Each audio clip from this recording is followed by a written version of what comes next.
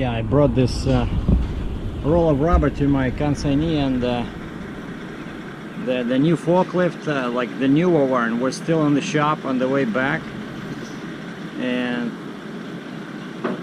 they tried to take it off with an old one, and that one was just kept dying. And then I tried backing into the building, not enough room, so now the new forklift is here.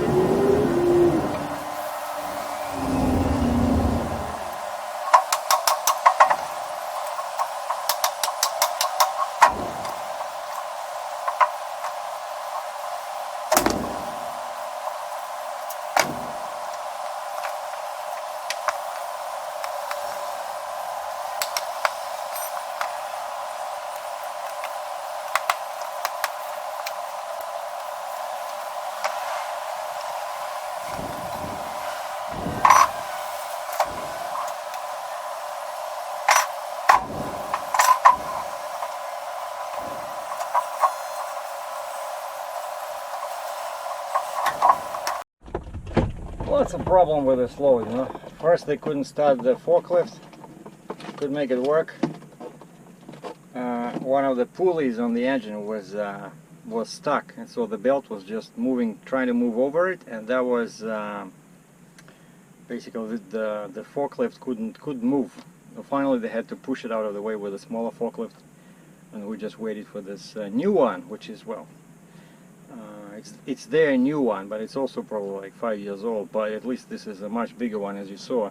So this one was in the shop in Charlotte, South Carolina, and that's why they didn't want me here first thing in the morning, and my dispatch says call the consignee, because they might want you either Monday afternoon or Tuesday morning. And now I know why, because of this forklift. So, but when I arrived here, right, so the forklift, he said, was about like 1 hour away, because that's Charlotte. They said it's 40-60 minutes away, right, just south of here. I'm in Salisbury, North Carolina. And it's so hot here. I shut off the engine now, because otherwise the picture would be jumping, blurry. But when they unloaded the forklift, another 2-axle double drop. No, let's see. This is impossible.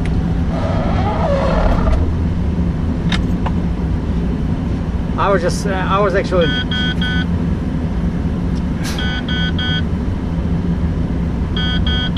oh, look, no maintenance items due.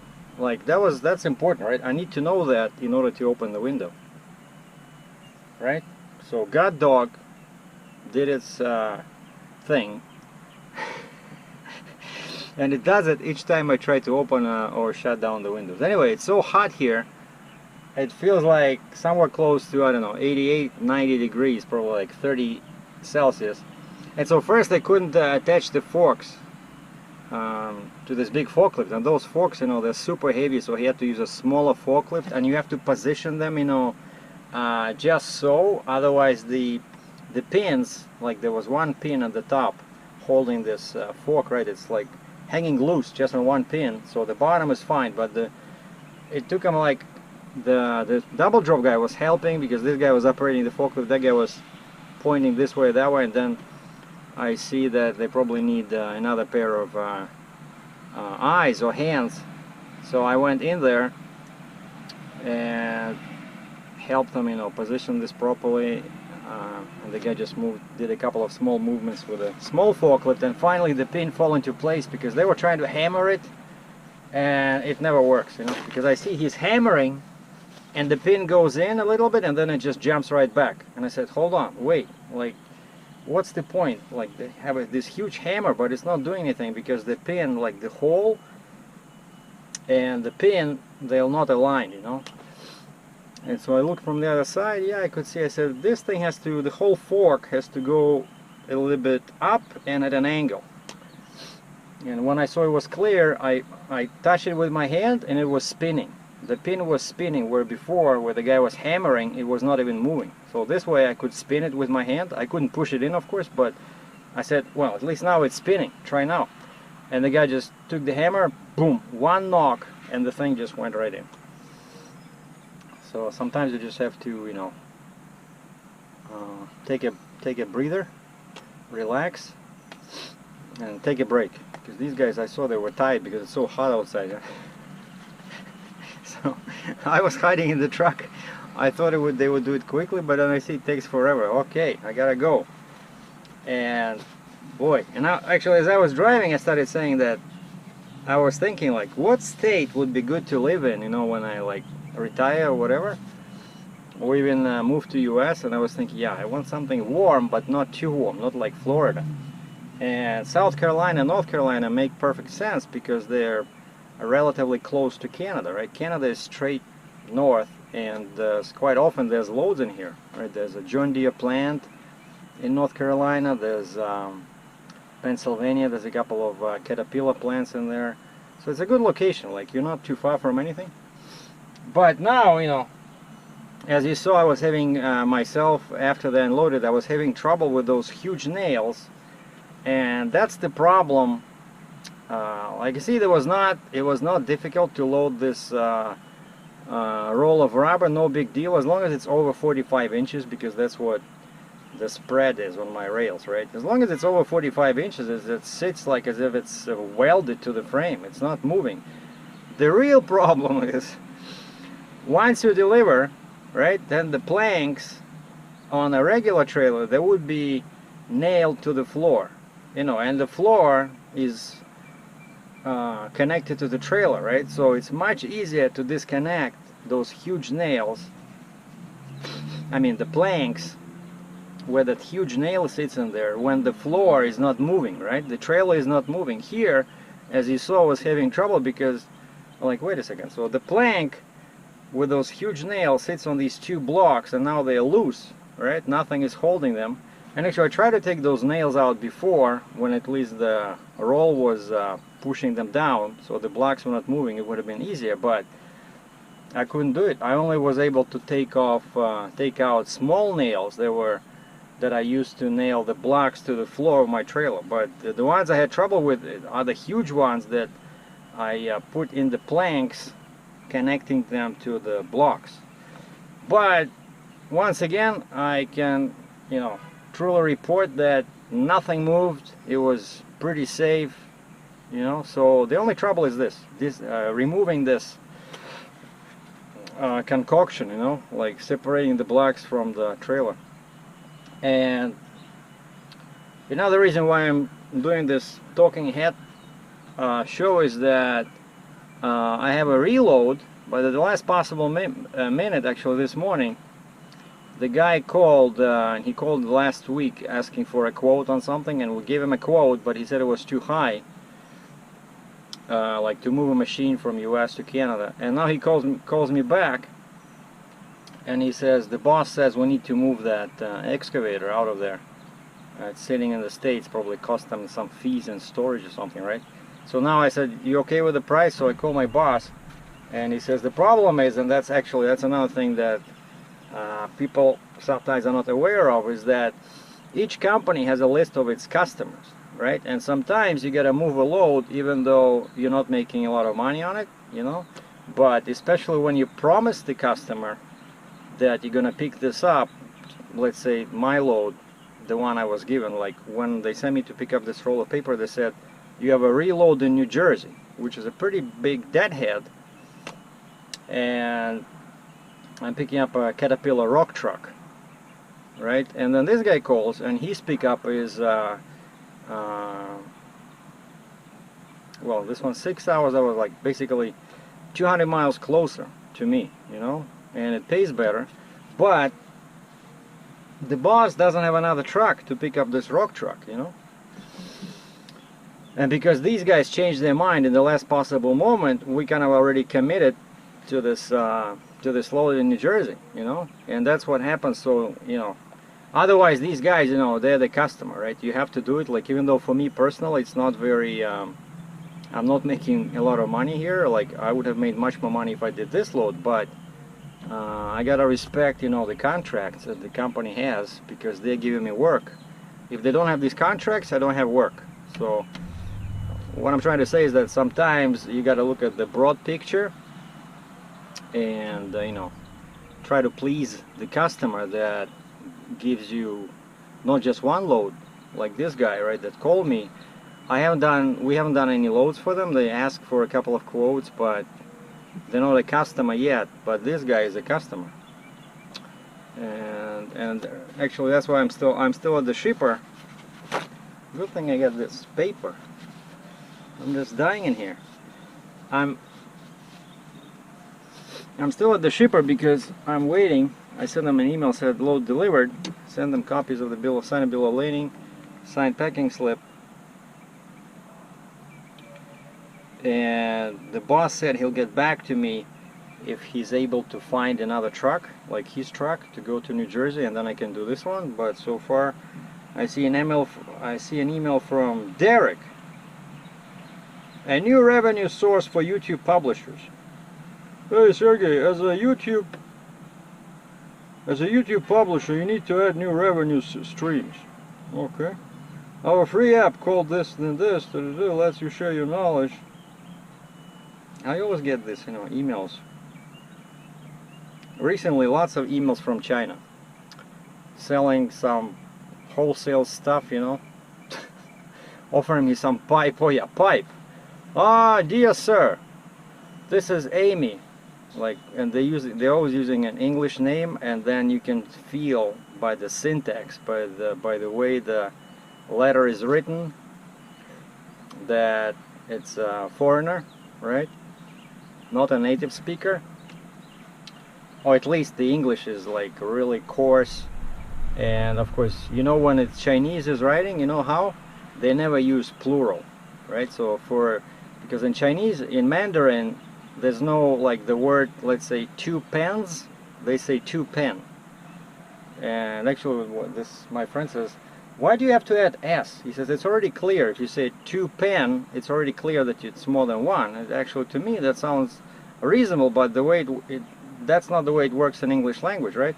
And so whenever you speak to Chinese people, they always use like, how much is this? $200, right? Not $200. Or the trip takes 3 days. And so when I'm reading that letter right away, I see that it's written by a Chinese. Pipe. We can sell you 100 pipe. You know, not pipes, but pipe. Anyway, so let me call my boss and see what's happening. Am I going to New Jersey or am I going to Pennsylvania? Don't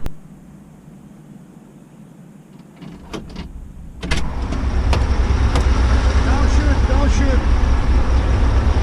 Friendly.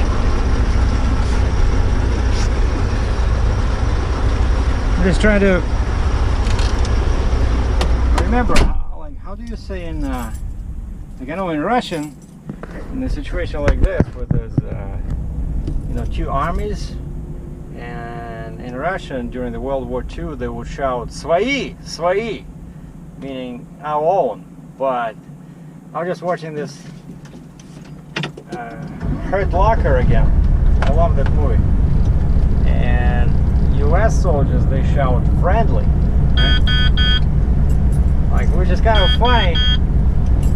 That means that if they in Iran or Iraq, right, so they assume that local people cannot duplicate American accent and just say, hey, friendly, and then start shooting. But often that's what people do, right? So saying friendly. Anyway, yeah, I got the word from dispatch. Yeah, I see. Sorry for the noise, for the movement. Got the word from dispatch. I am going, in fact, to New Jersey.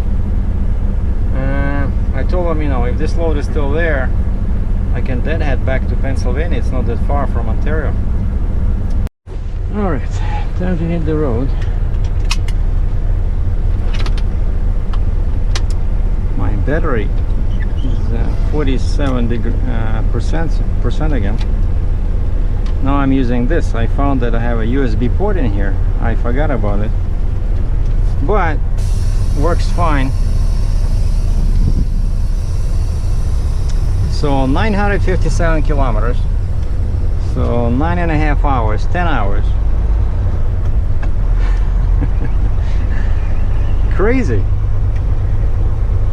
but that's what makes the life of a Canadian trucker so exciting.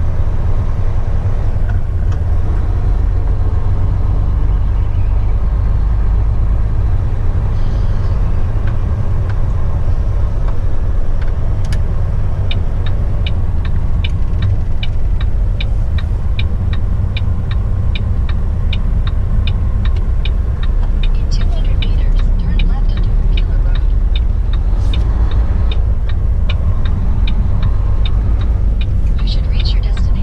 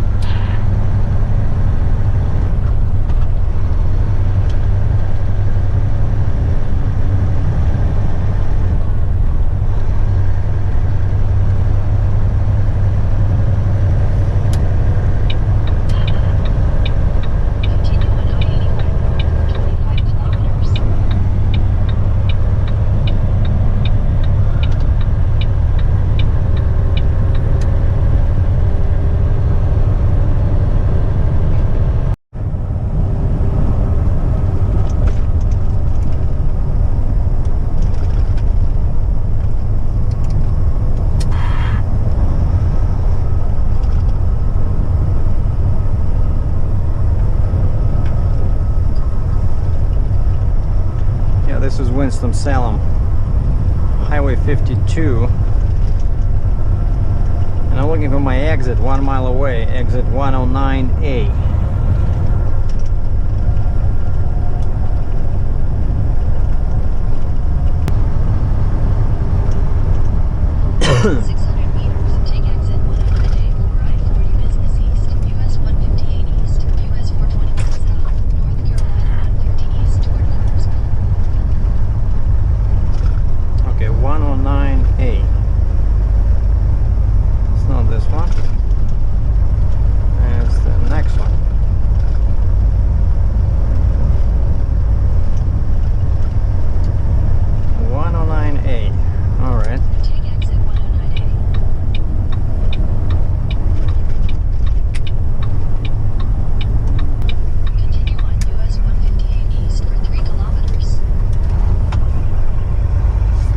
Exciting stuff, changing highways.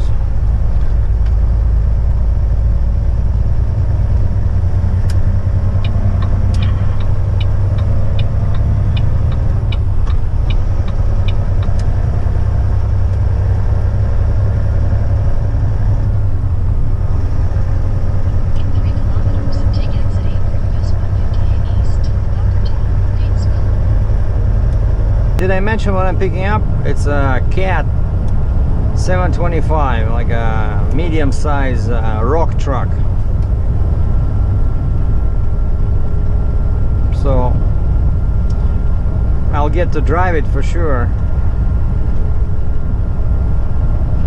So I'll be loading myself, and it's a port. I'm pretty sure it's used, because the place where I'm taking it, I know he's a used equipment dealer.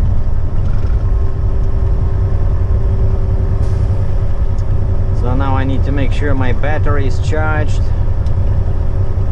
and you guys tell me what you want to see. I can put the camera on my chest. Yeah, last time it did not look too good, I agree. Because you know why? Because I used medium angle, because that's what I use when the camera is on my head. Like right now it's 720p medium angle. Otherwise,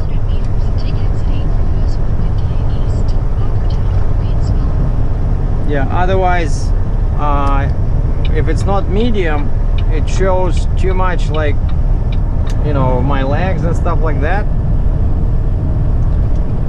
and everything is very small.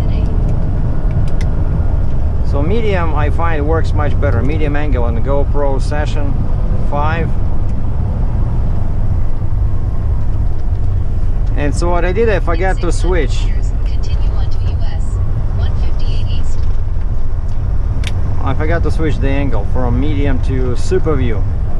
And when you put it on your chest, you need super view because you need to see more up and down, right? And so what I'm saying is that when I'm driving that truck, that rock truck, I can use a chest mount with super view, and that should show you all the controls, the steering wheel. Or I can use medium angle like right now and show you just basically the middle of the wheel and the view through the windshield. So you guys tell me. Tell me what you prefer. Yeah, I just got off the phone. It was that customer that has the machine that, you know, I mentioned this morning from Pennsylvania. And looks like I said, you know, I can go deliver this rock truck that I'm picking up tomorrow, and I can swing right back into Pennsylvania, pick up your stuff. And so now they want to talk with his boss if he's okay waiting till Friday. And he says, when can you load? And I said, well, yeah, that's the thing. I think I can be back in Pennsylvania, let's say the latest Friday morning, and pick this up. So they're gonna talk among themselves and see if they can wait. But they said this week. He says we need to move this week. So Friday is still this week, right? I'm still on US 220 north, Just looking for the Virginia border. So I'm about to leave North Carolina.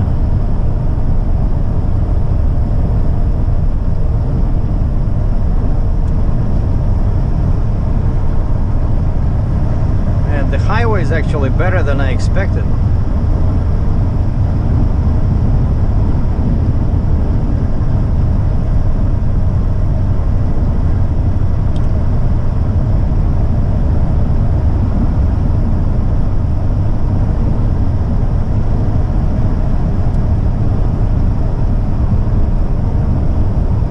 Speed limit is 60 miles an hour.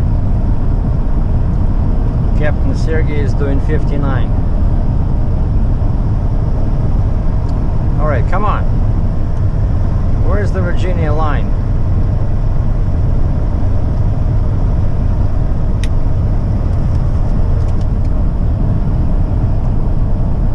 Yeah, usually it's there should be like a river, right?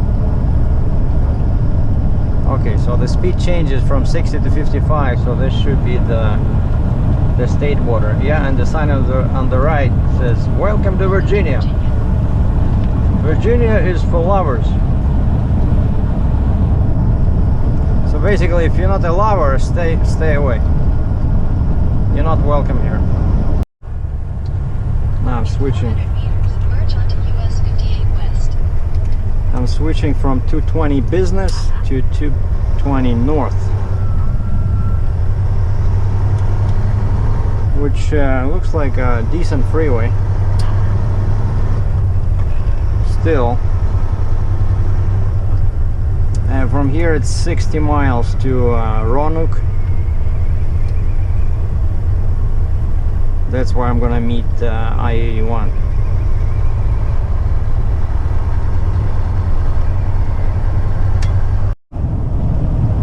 The road gets more and more interesting. See this sharp corner? 40 miles an hour. It says otherwise you're gonna turn over.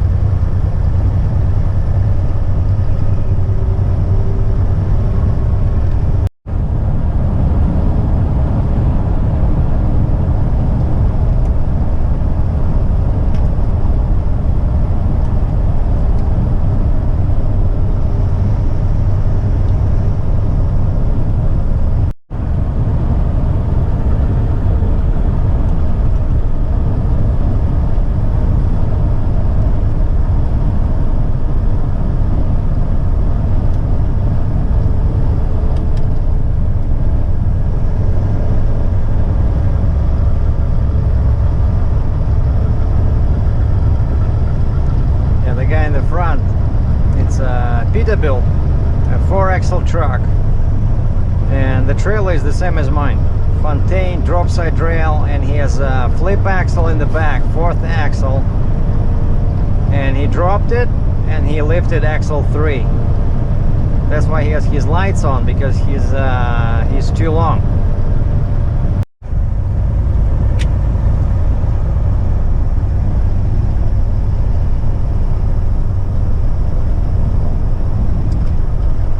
I made it to I-81. Now my life is gonna be much easier. Continue on I-81, 163 kilometers. This is the rail freeway. And I'm gonna be on this road for a very long time. But I look at the distance, I'm still 713 kilometers away, which is 420 miles. That's not good. So if I see a truck stop, now it's 5:20, 22 minutes past 5. I cannot stop like this because I want to load tomorrow at lunch, and 7 hours of driving, that's not good. So I want to drive 2 more hours, probably bring it to 500 kilometers, then I can get up at 6 and start driving. Alright, thanks for watching. Stay tuned, I'll show the loading of this rock truck tomorrow.